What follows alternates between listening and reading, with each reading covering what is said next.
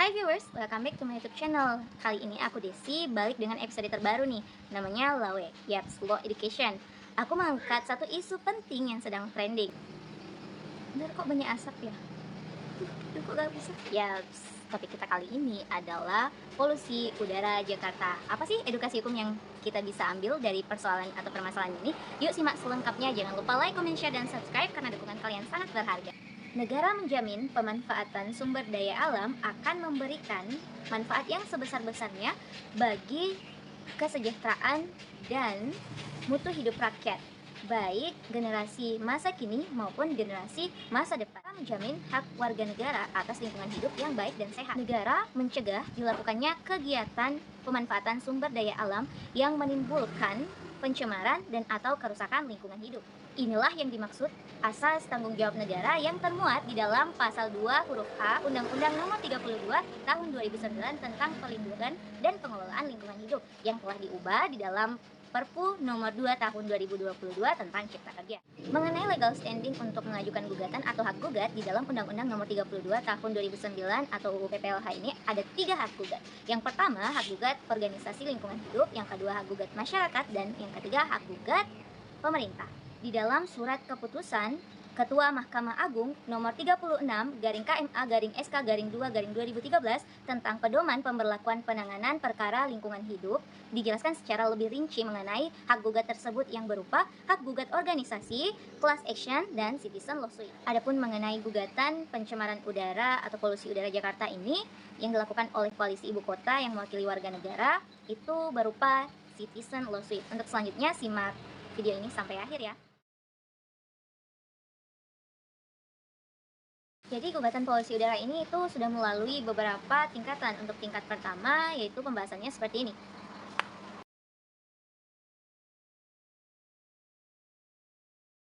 Tingginya konsentrasi PM2.5 dan nitrogen dioksida dapat mencemari udara di perkotaan dan berpotensi menyebabkan masalah pernapasan seperti asma pada penduduk setempat.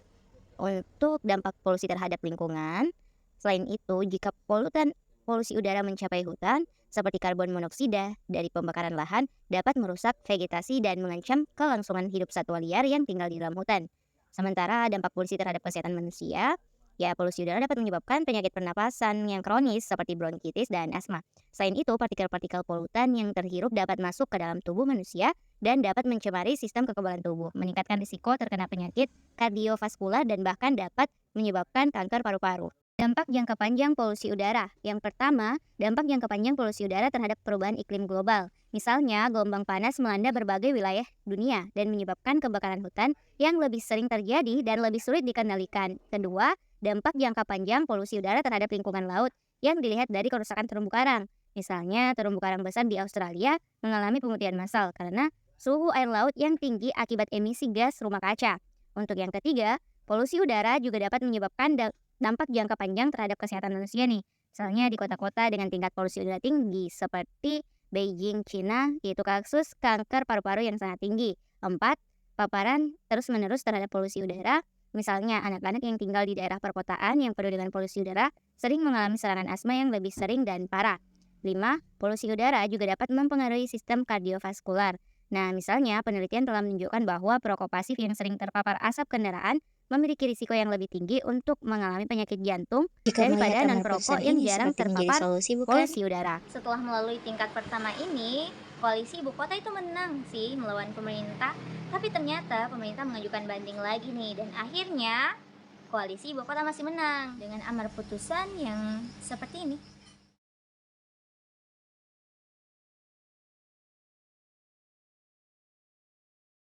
Namun alih-alih putusan dieksekusi, pemerintah malah mencari solusi alternatif lagi. Yaps, apa tebakannya? Ya, pemerintah kembali mengajukan kasasi. Itulah sebabnya putusan belum bisa dieksekusi karena belum berkekuatan hukum tetap. Sangat banyak nih fakta-fakta yang aku dapatkan yang berseliweran di sosial media mengenai polusi udara Jakarta ini. Apa saja sih? Yuk saksikan.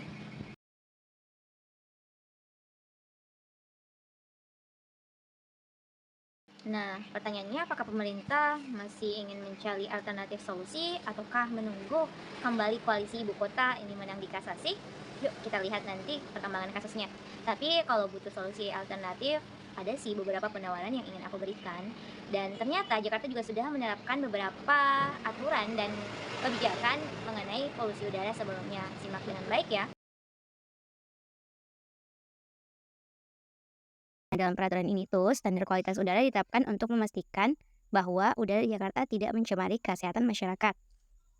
Standar ini mencakup batasan jumlah partikulat PM10 dan PM2.5 yang diperbolehkan di udara. Jika standar ini dilanggar, maka tindakan penegakan hukum bisa dilakukan terhadap pihak yang bertanggung jawab. Dalam peraturan ini, kendaraan bermotor dengan plat nomor genap dilarang beroperasi pada hari Senin, Rabu, dan Jumat di sebagian wilayah Jakarta. Hal ini bertujuan untuk mengurangi jumlah kendaraan bermotor di jalan raya dan mengurangi emisi gas buang yang menyebabkan polusi udara. Dalam peraturan ini itu ada standar emisi yang harus dipatuhi oleh pabrik-pabrik dan industri-industri di Jakarta.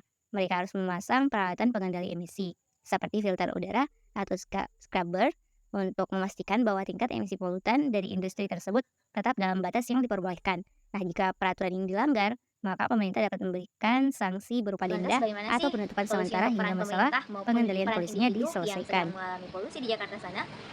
Inilah solusinya.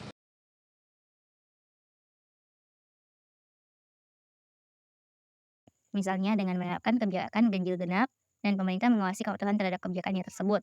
Langkah ini dilakukan dengan menggunakan kamera pemantauan di berbagai titik jalan strategis dan menjatuhkan denda bagi pelanggar. Ini bertujuan untuk mengurangi jumlah kendaraan di jalan raya dan mengurangi emisi gas buang. Misalnya, pemerintah Jakarta mendorong penggunaan mobil listrik dengan memberikan insentif seperti penurunan pajak kendaraan dan infrastruktur pengisian daya yang lebih banyak di seluruh kota, yang terdiri dari petugas yang dilengkapi dengan peralatan canggih untuk mengawasi industri dan gedung pembangunan. Tim ini memiliki kewajiban untuk memberikan sanksi yang tegas dan adil jika ditemukan adanya pelanggaran terkait polusi udara. Dengan adanya pengawasan yang ketat, diharapkan industri-industri dan konstruksi di Jakarta dapat mengurangi dampak negatif mereka terhadap kualitas udara. Seperti pemerintah DKI Jakarta yang memperluas jaringan MRT dengan menambah rute-rute baru yang menjamur di kawasan yang padat kendaraan bermotor. Hal ini bertujuan untuk mendorong masyarakat beralih dari kendaraan pribadi menjadi transportasi umum yang lebih ekonomis dan ramah lingkungan, sehingga mengurangi polusi udara yang dihasilkan oleh pengguna kendaraan pribadi, misalnya bahan bakar hidrogen ataupun listrik. Di sini pemerintah harus memperbanyak jumlah armada bus dan kereta api serta meningkatkan aksesibilitas ke stasiun atau haltenya. Selain itu, pemerintah juga memberikan insentif bagi masyarakat yang menggunakan transportasi umum, misalnya diskon tarif, memasang sistem transportasi publik yang lebih efisien dan ramah lingkungan, seperti kereta api listrik. Misalnya di kota-kota seperti Amsterdam, Belanda, telah mengadopsi sistem kereta api yang ramah lingkungan dan mengurangi penggunaan kendaraan pribadi. Setiap kendaraan diharuskan melewati uji emisi secara berkala dan dikenakan denda jika melebihi batas yang ditetapkan. Ini bertujuan untuk mengurangi polusi udara akibat kendaraan bermotor yang padat di jalanan Jakarta. Misalnya nih, pemerintah bekerja sama dengan industri minyak dan gas untuk mengurangi kandungan sulfur dalam bahan bakar kendaraan. Mereka juga mendorong penggunaan biodiesel sebagai alternatif bahan bakar yang lebih ramah lingkungan dengan memberikan insentif seperti program subsidi harga biodiesel. Pemerintah Jakarta memberikan insentif pajak yang lebih rendah bagi perusahaan industri yang menggunakan teknologi ramah lingkungan. Dengan demikian, perusahaan-perusahaan ini akan lebih termotivasi untuk beralih dan mengadopsi teknologi yang menciptakan emisi polusi udara yang lebih rendah. Mendorong penggunaan energi terbarukan seperti tenaga surya dan angin. Misalnya, Jerman telah mengadopsi kebijakan yang menggalakkan penggunaan energi terbarukan dan berhasil mengurangi emisi gas rumah kaca. Melibatkan industri dalam upaya mengurangi polusi udara juga penting karena misalnya nih, pemerintah dapat menerapkan regulasi yang ketat terhadap kegiatan industri yang menghasilkan polusi udara yang mendorong industri untuk menggunakan teknologi yang lebih ramah lingkungan. Pemerintah Jakarta bisa melakukan langkah tegas dalam pengelolaan industri air limbah. Salah satunya adalah dengan menempatkan instalasi pengolahan limbah industri yang efektif untuk mengolah limbah sebelum dibuang ke lingkungan. Pemerintah juga melakukan inspeksi dan pengawasan yang ketat terhadap industri yang berisiko tinggi dalam menciptakan polusi udara. Pemerintah Jakarta perlu melakukan kampanye baik itu di media sosial ataupun distribusi di selebaran untuk meningkatkan kesadaran masyarakat tentang pentingnya menjaga kualitas udara yang baik dan dampak negatif dari polusi udara terhadap kesehatan. Selain itu, pemerintah juga perlu mengadakan pelatihan bagi masyarakat mengenai cara praktis untuk mengurangi polusi udara dalam kehidupan sehari-hari, seperti misalnya menggunakan transportasi umum, penggunaan energi listrik hemat, dan menghindari pembakaran sampah. Dan selain itu, pemerintah Jakarta juga bisa mengadakan kampanye dan sosialisasi kepada masyarakat tentang pentingnya menjaga kebersihan lingkungan. Nah, misalnya ini dimulai dengan penyuluhan di sekolah-sekolah, ataupun kegiatan komunitas, dan masyarakat didorong untuk melakukan kegiatan-kegiatan seperti membersihkan sungai dan saluran air, membuang sampah pada tempatnya, serta menggunakan teknologi hijau yang ramah lingkungan. Nah, edukasi masyarakat ini tentang bahaya polusi udara itu sangat penting untuk mengurangi dampak jangka panjangnya. Misalnya, kampanye nasional yang diadakan di negara seperti Swedia telah meningkatkan kesadaran masyarakat akan dampak polusi udara dan mendorong penggunaan transportasi yang ramah lingkungan seperti sepeda. Pemerintah Jakarta mengadakan program penampungan pohon di berbagai daerah kota. Program ini tuh melibatkan partisipasi aktif masyarakat dengan memberikan kesempatan kepada warga Jakarta untuk berkontribusi dalam menanam dan merawat pohon. Selain itu, ini memberikan manfaat estetika dan juga peningkatan kualitas udara. Program ini juga memberikan kesempatan bagi masyarakat untuk terlibat langsung dalam pelestarian lingkungan dan mengurangi polusi udara. Nah, program penghijauan ini contohnya itu bisa pemerintah Jakarta menjalankan program penanaman pohon di sepanjang jalan utama dan di taman kota. Pemerintah bisa bekerja sama dengan masyarakat setempat dan organisasi lingkungan untuk mengadakan kegiatan kerjasama dalam merawat pohon-pohon yang ditanam, seperti membersihkan daun-daun yang gugur atau memberikan nutrisi yang diperlukan untuk pertumbuhan yang sehat. Dan tindakan konkretnya ini melalui pengadaan lingkungan hijau dan taman di berbagai lokasi di Jakarta. Taman-taman ini tuh nantinya bertujuan untuk mengurangi polusi udara dengan menyediakan area yang dilengkapi dengan tanaman hijau yang mampu menyerap karbon dioksida dan menghasilkan oksigen. Nah, ini juga bisa menjadi ruang terbuka bagi penduduk kota untuk melakukan aktivitas fisik ataupun relaksasi, sehingga bisa mengurangi Nah, penggunaan gimana kendaraan nih menurut bermotor. kalian isu-isu ini? Apa pendapat kalian? Yuk, tulis di kolom komentar dan jangan lupa untuk memberikan saran isu hukum selanjutnya ya. Nanti kita bahas lagi. Terima kasih, jangan lupa like, comment, share, dan subscribe karena dukungan kalian sangat berharga. See you on my next video.